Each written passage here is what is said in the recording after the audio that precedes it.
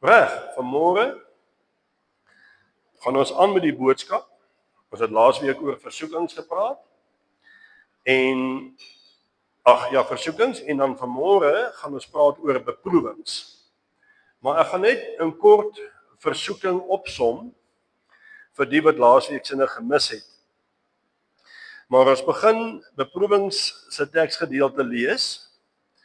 Deuteronomium 8 vanaf vers 2. En dan gaan ons vers 7 en vers 8 lees.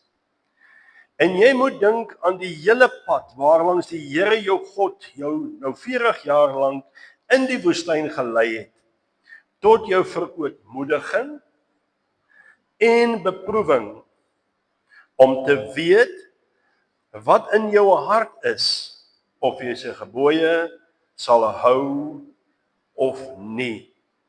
Vers 7. Want die Here jou God bring jou in 'n goeie land, 'n land van waterstrome, fonteine, onderaardse riviere, wat in die laagste en op die berge uitkom, 'n land van koring en gars en wingerstokke en vyebome en granate, 'n land van olieryke olyfbome en heuning. Dit klink nogal na 'n plek waar ek graag sou wil heen gaan. As daar 'n gedeelte in die Bybel is wat my versoekings en beproewings baie mooi opsom, is dit Jakobus 1 vers 2 tot 3. Ag dit loutere vreugde, my broeders, wanneer julle in allerlei versoekings val, omdat julle weet dat die beproewing van julle geloof lydsaamheid bewerk. Elke beproewing gaan jou sterker maak om 'n versoeking van die duiwel te kan weerstaan. Jy gaan by 'n plek kom waar as hy jou versoek, gaan jy bly raak. Want jy weet jy gaan hom kan weerstaan. Hy gaan nie met jou maak mee wat hy wil nie.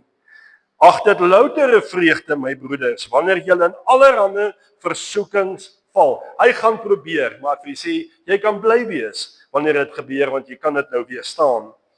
Ons gaan vanmôre praat oor beproewings en om beproef te word.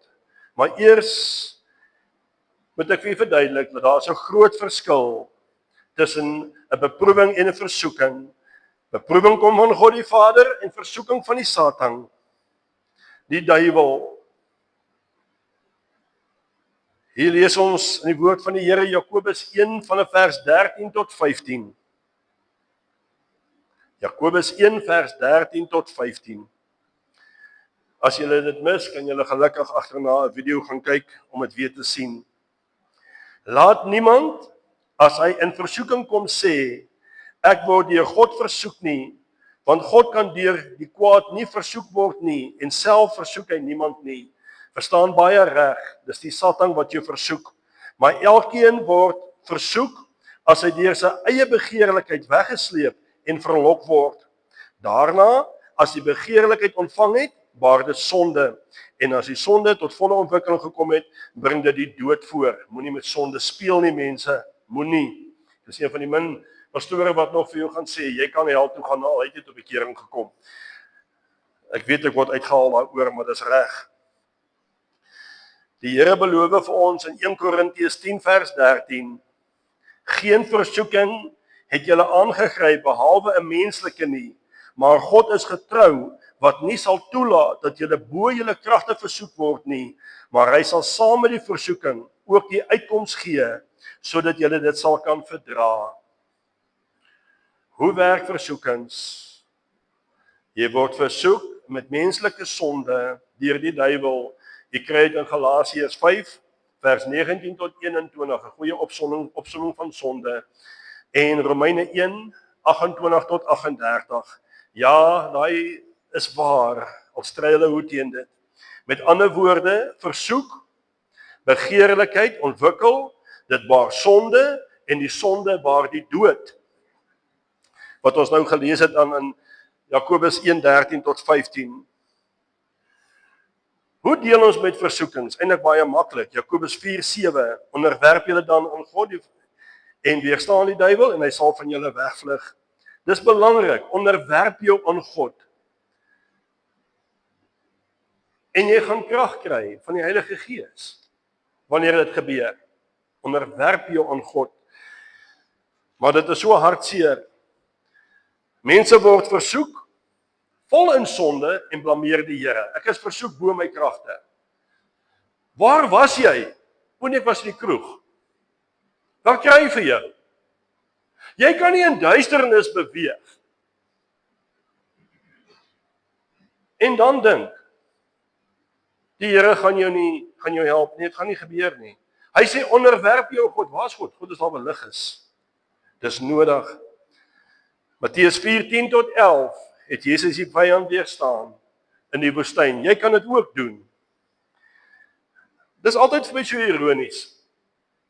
Mense is so vinnig vir jou te sê as jy hulle reg help met iets. Nee, die oordeel kom jou nie toe nie, pastoor. En jy's reg. Die oordeel kom my nie toe. Ek veroordeel jou nie. Ek help jou net reg.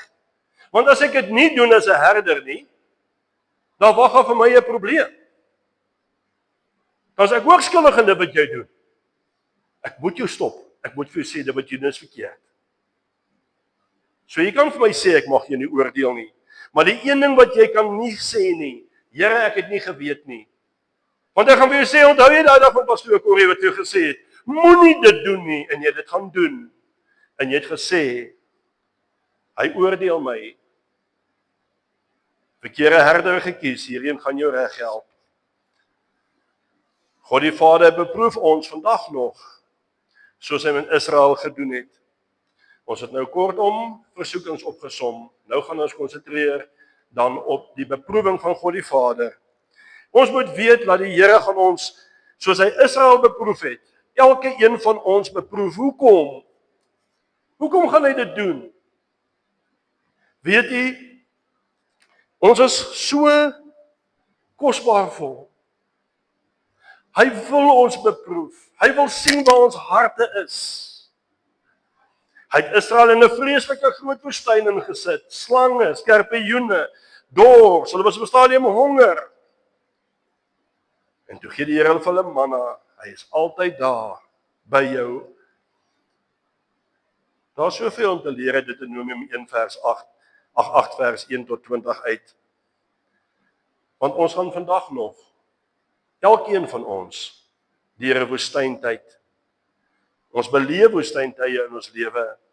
Maar wat beloof God die Vader vir ons aan die einde van daardie woestyn? 'n Beloofde land.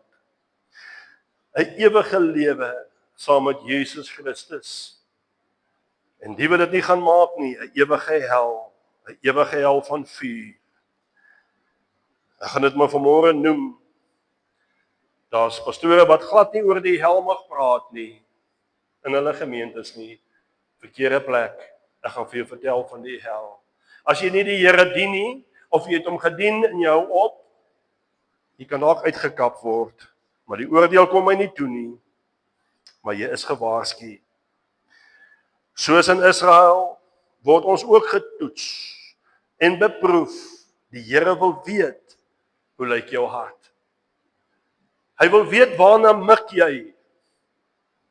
Wat is die doel van jou lewe? Het jy al ooit gewonder, hoekom Israel woestyn toe? Dit is baie eenvoudig, vir baie jare was hulle slawe in Egipte land. En terwyl hulle slawe was hulle geslaan met swepe. Hulle was verniel. Hulle was gemisbruik. Hulle babas was in die Nylrivier verdrink.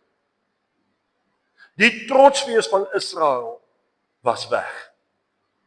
En die Here het hulle deur 'n harde woestynland gevat om hulle weer 'n trotse volk te maak. En ek wil vir u sê, as jy vandag nog na Israel kyk en jy kyk wat heidaglik in die Ooste aangaan, in die Midde-Ooste aangaan, wil ek vir jou sê, Israel is 'n sterk volk. Israel buig nie. En jy wat teen Israel is, dink mooi wat jy volgende doen. Dink baie mooi. Ek seën hulle en bless hulle eerder, want dan sal die Here my seën en bless. Ons beproewings, ja.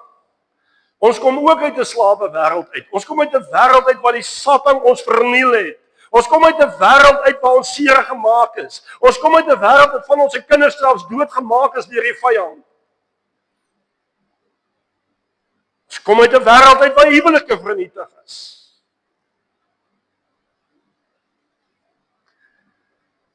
En dan kom die Here en hy steek sy hand na jou uit. Hy sê, bekeer jou my kind, kom na my toe. En hy vat jou terug. En hy tel jou op.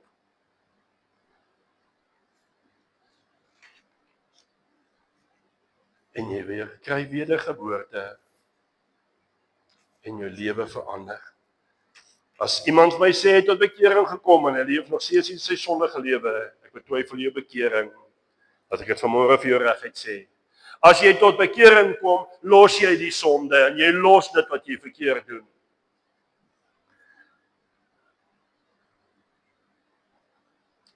Wedergeboorte.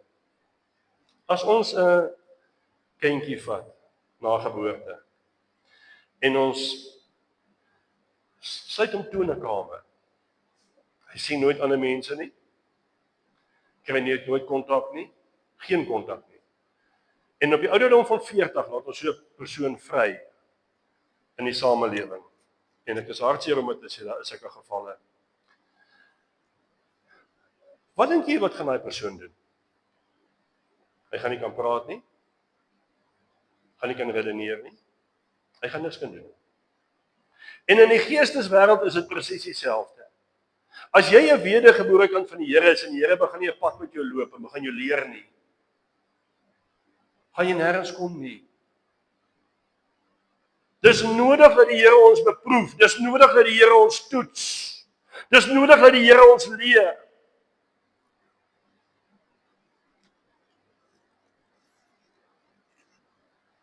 Sorry julle, maar dit is wat dit is. Kom ons kyk na 2 Korintiërs 2 vers 9.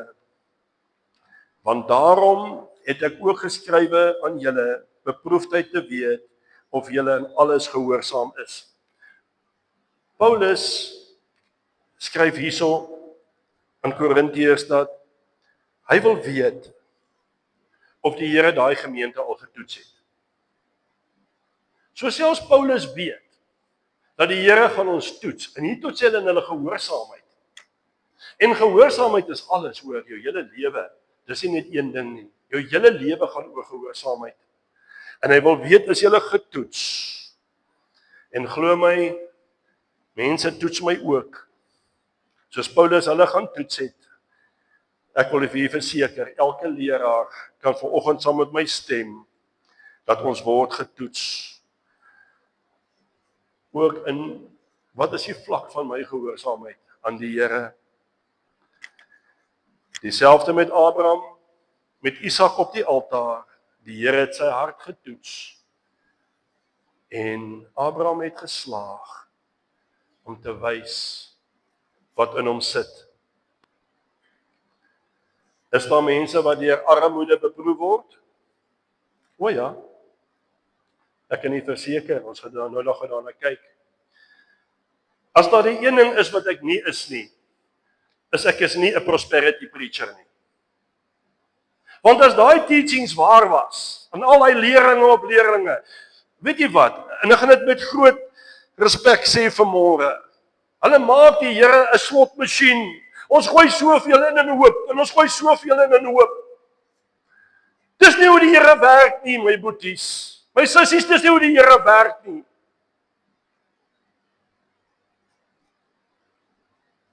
As ek in prosperity preaching sou glo, moes ek vandag 'n miljonair gewees het wat hier staan. Maar ek weet my loon is nie hier nie, my loon is in die hemele. Ek weet as ek daar instap, gaan ek 'n kroon kry vir dit wat ons al ingesit het in hierdie evangelie.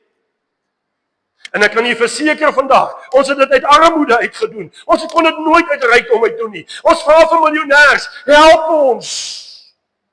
Maar hulle kan nie. Weet jy hoekom nie?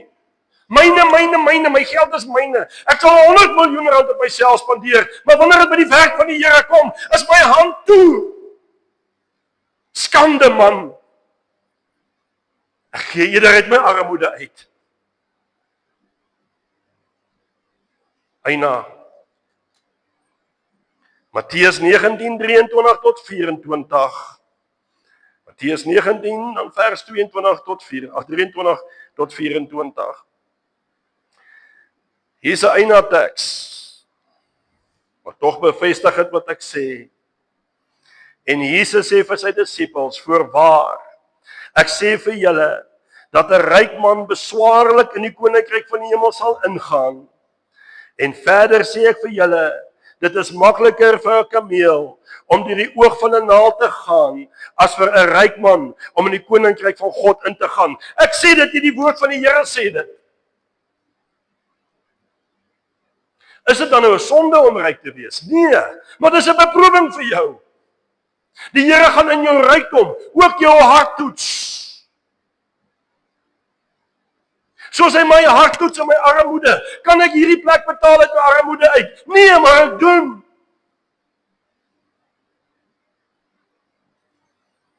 Ek het mense wat ons help ondersteun, alhoewel dit met hulle self swaar gaan self. Ek dank die Here vir ons lewens. Jy kan ook maar gaan kyk na die gelykenis van Lazarus en die ryk man. Wie was waar? Ons kan maar so aangaan. En dan 2 Korintiërs 8 vers 1 tot 2, weer Paulus wat hier praat. En dis my 'n pragtige gedeelte, want dit laat my baie dink aan my eie lewe en dit laat my baie dink aan my gemeente wat voor my sit. 2 Korintiërs 8 vers 1 tot 2. So. Ja. En ons maak julle bekend, broeders, die genade van God wat aan julle gemeente van Mosee, is moeilik om uit te spreek, geskenk is. Nou moet jy hoor. Jy kan gerus hierdie gedeelte onderstreep.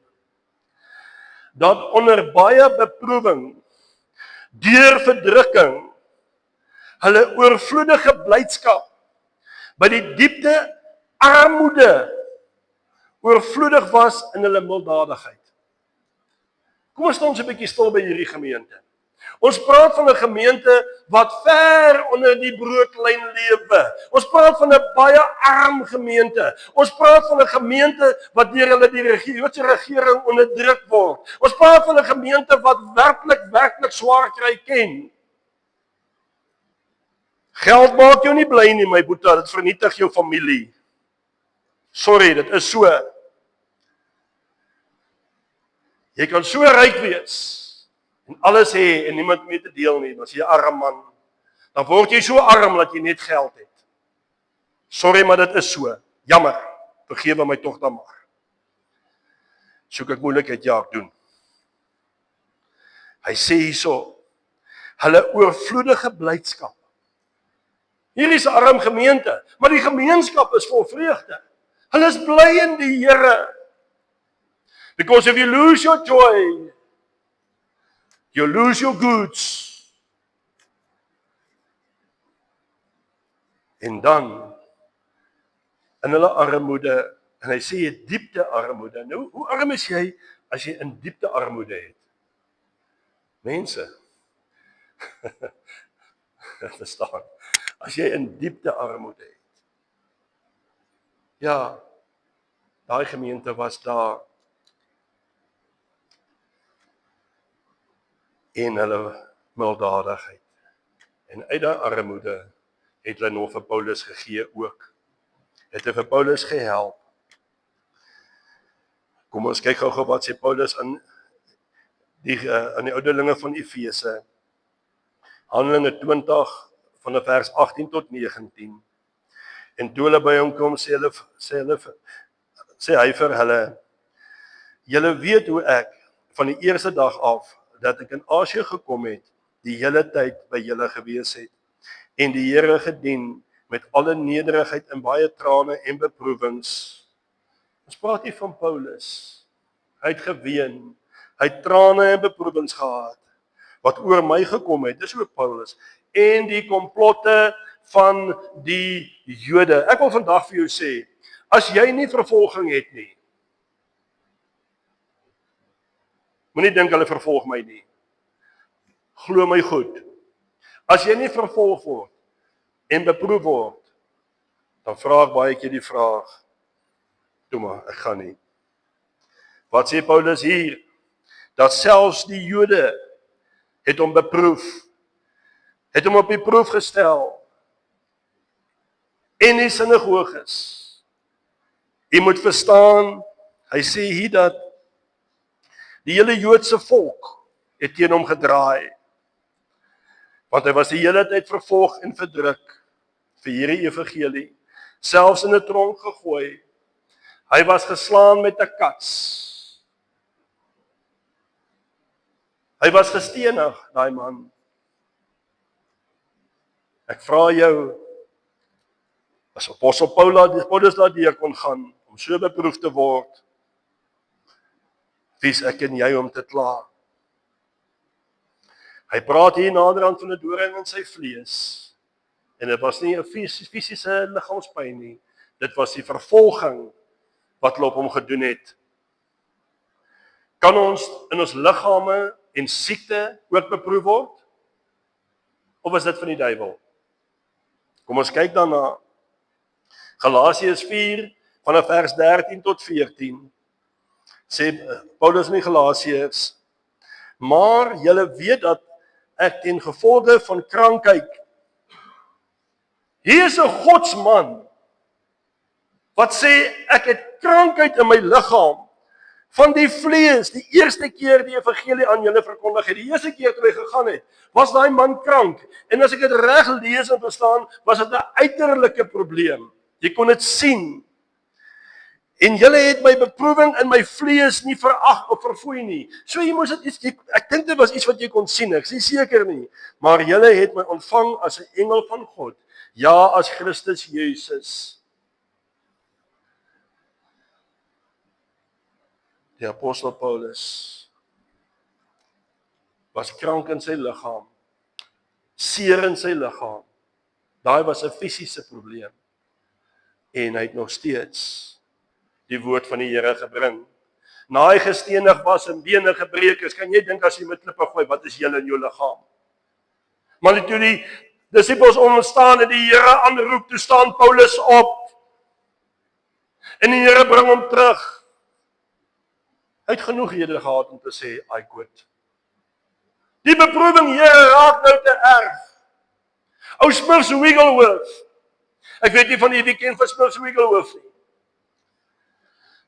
General of God, man. Generaal vir die Here gewees.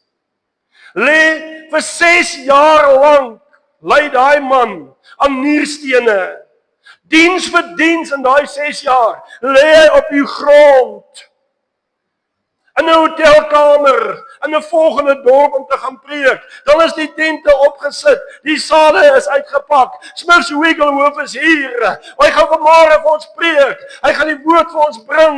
Hier gaan mense gesond word. Hier gaan mense tot bekering kom. Maar weet jy wat, Smith Wigglesworth, hy lê op die grond en krul van pyn. Hulle tel hom op, dra hom, sit hom voor die kansel, dan begin Smith Wigglesworth te preek.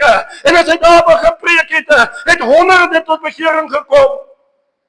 Honderde het gesond geword. Dan vat hulle hom terug hotelkamer toe. Dan lê Smith Wigglesworth vir 6 jaar lank in daardie pyn. Jammer as ek ernstig word vanoggend. Beproef deur die Here. Kan ek vanmôre vir u sê? Ja, baie kere in my hele bedieningslewe moes ek ook in pyn staan. Was ek ook al siek as ek moes bedien, maar jy druk deur, jy gee nie net op nie. Het julle gehoor wat sê daai suster van my? Het julle gehoor wat sê daai broer van my? Ek kom nou nie meer kerk toe nie, ek is nou kwaad. Hulle kan nie eers dit maak nie. Deuteronomium 8 vers 2. Sien die Here Hy wil hê, en hy wil dit sien by jou verootmoediging en beproewing, om te weet wat in jou hart is.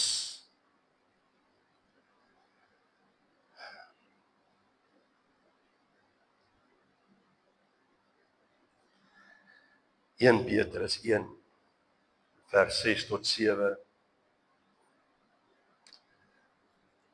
Daarin verheug julle jou, al word julle nou, as dit nodig is, 'n kort tydjie beproef onder allerhande beproewinge, sodat die beproefdheid van julle geloof, ander woorde en ook jou hart, wat baie kosbaar is, of kosbaarder is, as goud wat vergaan, maar deur vuur gelouter word, bevind mag word tot lof en eer en heerlikheid en openbaring tot die openbaring van Jesus Christus. Sê gou vir my, wat is die uiteinde van jou beproewing?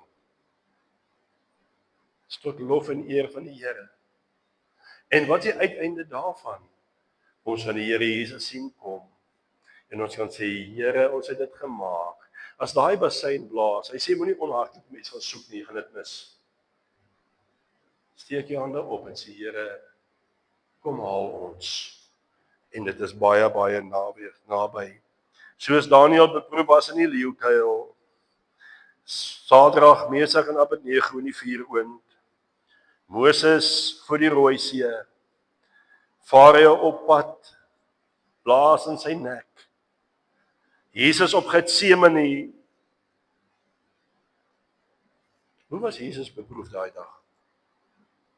Hy is verraai. Deur een van sy eie.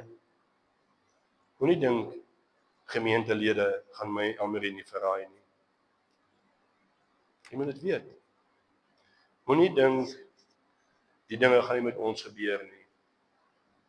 Maar die Here Jesus is so beproef dat druppels soos bloed het uit hom uitgepers. In alles was hy die meeste versoek en in alles was Jesus die meeste beproef. Hy wil ons 'n trotse volk maak, 'n trotse bruid maak, waardig om kind van God genoem te word. Hy beproef elkeen van ons om ons sterker te maak. Dat hy daardie belofte van die beloofde land, wat vir elkeen van ons wag, aan die ander kant, as ons sterf, daardie nuwe aarde en die nuwe hemel kan beerwe. Maar hy kom vir 'n trotse bruid, 'n waardige bruid. Hy kom vir 'n vlekkelose bruid. Hy kom vir een wat vrug dra en wat se kleed skoon is. Dis vir jou vir wie hy kom. Onthou asseblief die volgende oor versoekings en beproewings. Beproewings gaan u geestelik sterk maak. Versoekings, as u dit nie betyds keer nie, kan dit u doodmaak. En ek kan u verseker, moenie met sonde speel nie. Hoe sterk dink jy was Job na dit? Nadat hy so beproef was, hoe sterk dink jy het Job aan die kant uitgekom? Die woord leer my baie sterker, baie beter af as wat hy was voor die tyd. Maak soos Israel. Hou u oë op die vuurkolom in die nag en die rookkolom in die dag. 600,000 mense beweeg in 'n beproewing van God deur die woestyn. Hou u oog op die lig, want God is lig. Bly onder die lig en u sal nie u toon stamp nie en jy sal nie val nie en jy gaan dit loutere vreugde noem. Hierdie jaar is verby. En as ek een en elk van u moet vra vanmôre, hoe is u beproef die jaar? Deur watse beproewing? As ek so oor die kyk vanmôre kan ek sien, van u ken ek goed. Van u ken ek baie goed. Net die beproewings wat deur die jaar gegaan het. Net die jaar. En as ek na baie mense se lewens kyk en ek besef die versoekings wat hulle in was en hoe hulle geval het en nie weer opgestaan het nie. Dan moet jy jouself die vraag afvra. Na al hierdie beproewings, is ek nou soveel sterker of swakker?